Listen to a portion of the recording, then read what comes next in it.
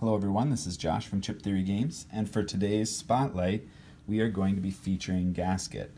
Gasket is our add-on character for Undertow. We have three other add-ons that original TMB owners are already aware of. We have Nugget and Gilly, and we have Tink as well. Some people we found out were not understanding that those could in fact be added on as extra Gearlocs to play within Undertow. So we will just peek in their boxes here at the end of this video, but really the spotlight for today is on Gasket. So let's jump into that, starting with his stat area, which is kind of amazing. We've got a 1 health playable character, but as you can see, he has a lot of defense and a fair amount of dexterity, actually the most dexterity that we offer within a playable character. So those two kind of offset each other because his Gasket's innate has some pretty cool things linked to it, and a few similarities to how Pickett can roll his defense dice ahead of battle. There's a little bit of a similar feature within Gasket, but basically it's to symbolize that all of his so-called health is coming from his plating, all of his armor plating and whatnot. And so that's really should be defense, but there will be some major things that you'll need to kind of play around, knowing that it's all based on defense and not health. So more on that in a little bit here. Let's jump over to his professions. Now these are, quickly we can run through them. It's hydro-powered, mode derail, mode destroy, and backup directive. Again, none of this is set in stone at this point, but you'll get a very good idea of how we're designing this character. Let's start with the hydro-powered skill line. So being that he is a steam bot, he already has 2 dice unlocked, which is the hydro converter and the primary canister.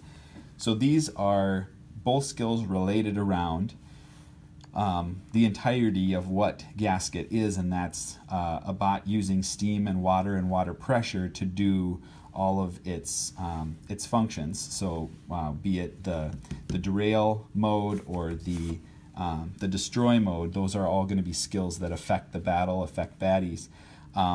The hydro-powered skill line are going to control how much of that you can actually do, because you're loading up these canisters with water. So you've got a water resource management built into these 3 canister dice that's going to determine how many times you can use some of these other skills. So these skills are very unique in that they are not immediately exhausted. They can be used multiple times in a battle, but they are reliant on how much water you have in your canister and what you have available to utilize.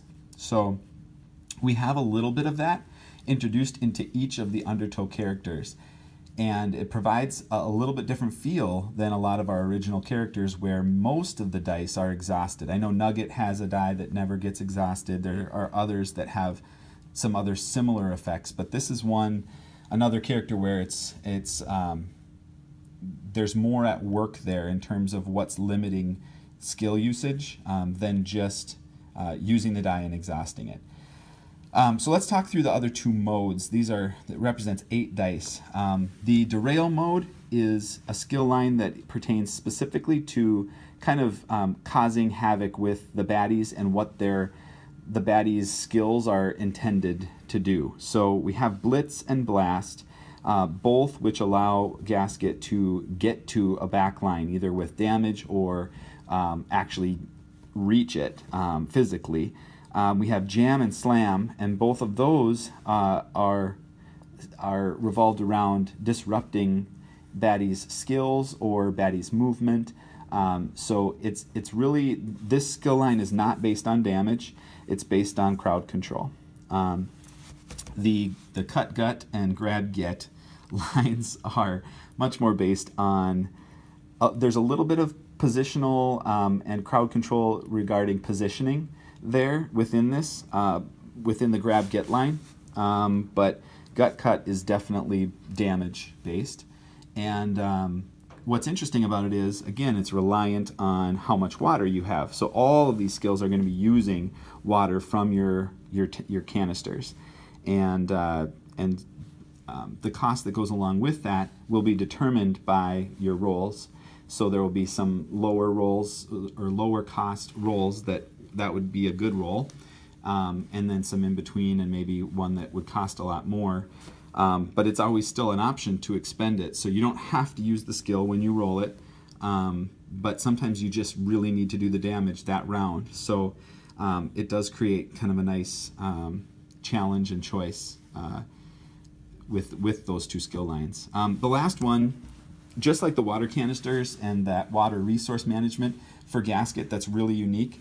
I would say that this is also a piece that makes Gasket extremely unique, and that is it's called the backup directive, and you roll these and then decide how to slip them into your backup plan. So normally the only thing that can go in your backup plan are bones that you roll from either skill dice or more typically defense and whatnot. But in this case, you're actually rolling some of these commands, these backup commands, and planning them into your backup plan with the expectation of reaching them at some point. Now, there's definitely a risk-reward piece built into that as well, in that if you build them in early, all of a sudden they're not quite as powerful as if you built them in for reaching them later on. But then you're always taking the risk at that point of not having enough bones or rolling enough bones to actually reach them and use them. There's also a cool piece that allows some of these commands to be chained together if multiple ones are locked into your backup plan. So a lot of cool stuff coming out of this 3 dice skill line. We then have the Sibrin Fresh, which was actually another way to infuse your bot with more water, fill them up with more water to use for skills. Another thing to mention about Gasket is that Steambot actually comes with some innate immunities as well. So some of the immunities that you see within like Tink's bots, you're going to see again with this Steambot as well, which makes him extremely powerful when going up against those effects. So again, I won't reveal all of that just yet because then it starts to make a lot of the strategies very well known. But you can imagine, I'll kind of leave that for you to interpret for now at least. So yeah, that's Gasket. His backup plan and active and locked. His active and locked slots are pretty average. There's definitely some locked uses. We're also allowing for the fact that we have other characters that now have the ability to put up locked dice within other characters' lock slots. So he can accept those in a sense with that little bit larger locked area, but it's pretty on average. With 4 defense, you can see that he wouldn't, if he rolled all defense and no bones, he wouldn't even be able to apply all 4 of those dice to those active slots. So looking at this defense stat, you can imagine that it's already fairly maxed out, maybe 1 or 2 more, but this stat is pretty well set for the game, and it allows you to focus on some of those other stats right away. It's interesting because there is a reason to go for more defense, which you'll find out when you're playing him. Quickly, the backup plan itself, not reliant on the backup directive skills. We have Squirt, Fix, Hydro Limiter, and Steam Cloud. And quick overview of those. We have some damage at the beginning here.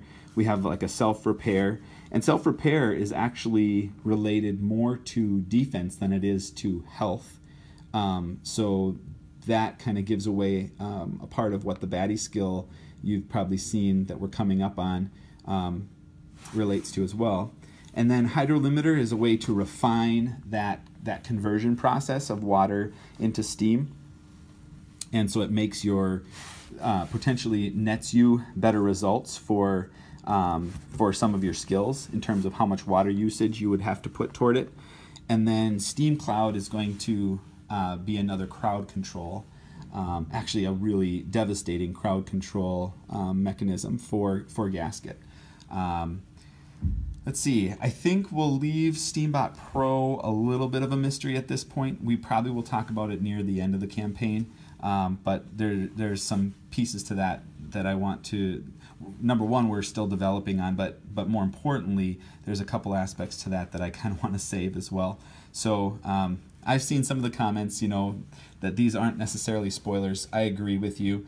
It's still our preference to keep some of this things that people can discover as they start into figuring out these characters. Too Many Bones is built around the idea of learning your characters and discovering the different strategies that are there to combat a lot of the different baddies and ultimately the tyrants. And so while it doesn't seem like a spoiler, to us it feels a little bit like a spoiler. So hopefully that you can understand that. Okay, quickly, I just wanted to jump over to the other characters. Again, this is review from many of you, but I wanted you to see kind of what you're going to be encountering if you were to order or add Gasket to your pledge. For that $25, it's going to come in a box just like our other add-ons. Nugget here is another character you can add on near the bottom of our campaign, also $25. And what's inside is you get a dice tray, a real sturdy dice tray that comes with 16 skill dice, just like each die for this area comes in that mat. It comes with 4 stat dice, which are the 4 purple dice there that would go in here just in Gasket's color, an initiative die, and then also a chip for that Gearloc. Or in this case for the bot. So you've got your dice that come in, you've got a case for them already. It's a snappable case that it's light, it's just an indent tab, so it's very easy to pop off, but it holds and snaps together nicely. Then you have this nice rubber held piece. It's kind of a styrofoam, but it's a little better than styrofoam. It's meant to not be thrown away. You'd probably keep that if you're going to store anything in this box. And then you've got your mat, your character mat, and then you have your PVC reference sheet. So this comes in the bottom and tells you all about the skills and what each of those professions do, and then when you roll a result, what do you do with that result? And then some specifics on like beginner build strats, your backup plans, specific critical details, your innate +1, effect dice, all sorts of good information. This is really meant to be sitting right next to you when you're learning and playing your character. Eventually you will maybe get to the point where you know your character well enough that you don't need to reference that all the time, but initially that's obviously what it's intended for, and that's why we wanted it to be fairly indestructible. But it's a nice little package. This would then in turn, if you pop the initiative die out, you could fit 2 Gearlocs in this one case. So it fits all together pretty well, and I think you'll see that we're definitely making an allowance for Gasket and more to be included within the Undertow box. So you wouldn't ultimately need the add-on box if you have Undertow, but the idea is that we want it to be stored nicely no matter which way you go. Yeah, so Gilly's another playable character, Tink is another one. Both these are pet classes, have some really interesting things about them that are unique to them as well. Hopefully you'll check or add a few of those on. It will help our campaign out a lot. So thanks again, everyone. We'll see you on the flip side.